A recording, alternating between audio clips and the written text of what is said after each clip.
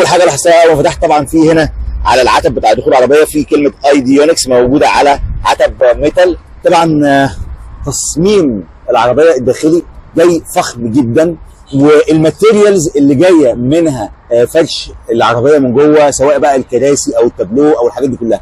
الفرش الكراسي جاي كله من الالكانتارا، جاي باللون اللي هو الاوف وايت اهو زي ما انتم شايفين. وبرده هنا الكرسي جاي تصميمه اللي هو تصميم الرياضي، هتلاقي المخدع بلت ان كده مع الكرسي نفسه، وكلمه هنا برده يونكس موجوده على حليه من البيانو بلاك الاسود اهو. فالحقيقه لا، العربيه فيها خامات طبعا خامات قيمه جدا. تعالوا بقى ندخل كده ونتفرج على العربيه من جوه. طبعا يعني عايز اقول لك ان الدخول في العربيه سلس جدا ومرن جدا. قعده الكرسي نفسها الامامي وانا قاعد عليها مريحه جدا، والكرسي برده من النوع الحاضن. لما تيجي تبص على تصميم الكرسي هتلاقيه من النوع الحاضن اللي هو بيحتوي اللي قاعد على الكرسي وبيخليه فعلا قاعد مرتاح جدا. تعالوا بقى نبص كمان على شكل التابلو بتاع العربيه هنا. بص التابلو طبعا جاي تصميمه اللي هو المالتي لايرز، فبيبقى التصميم ده شيك جدا.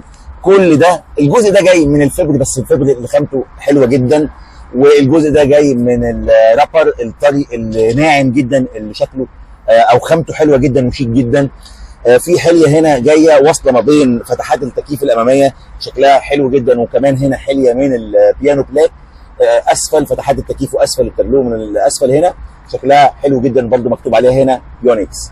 والجزء ده برده جاي من الرابر الطري وجاي بلون الفرش بتاع العربيه اللي هو الاوف وايت.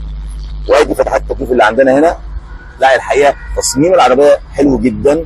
تعالوا نبص على الشاشه بتاعت الانفيرمنت اللي جايه في العربيه هنا. شاشه الانفيرمنت هنا بتيجي 15 بوصه بدقه 2K، وبتدعم الاندرويد اوتو والابل كار بلاي. تعالوا نبص عليها كده ناخد كده فكره سريعه عنها. بص هنا كمان الجي بي اس اهو، تقدر تتحكم في ضبط الكراسي كمان من هنا. بص هنا ده السيت ماسنجر، وهنا الباسنجر سيت اللي راكب الامامي. هنا طبعا المساج. عايز اقول لكم طبعا ان الكراسي الاماميه في العربيه بتيجي ظبطها كهرباء، فيها كمان تدفئه، فيها مساج، وفيها ميموري، وده في الاثنين سواء كرسي السائق او كرسي الراكب الامامي. ده طبعا ضبط المساج اللي انت عايزه. وهنا ده لو انت هتتحكم في كرسي الراكب الامامي، وهنا السائق. ده الاي كيو درايف اللي نازله في منظومه الامان اللي في العربيه، وده باكج عباره عن نظام مغادره المسار او الحفاظ على المسار او نظام التحكم في السرعه التكيفي. ده بقى انظمه الدرايف مودز اللي بتيجي بيها العربيه. في هنا نظام الكومفورت، وفي السبورت، في طبعا كاستم نظام السواقه اللي انت هتختارها، وطبعا في نظام السواقه الاقتصاديه او نظام الايكو او الايكونومي. هنا برضو في الشاشه العدادات عندي 5.3 بوصه، وعلى فكره في تقريبا كل الانظمه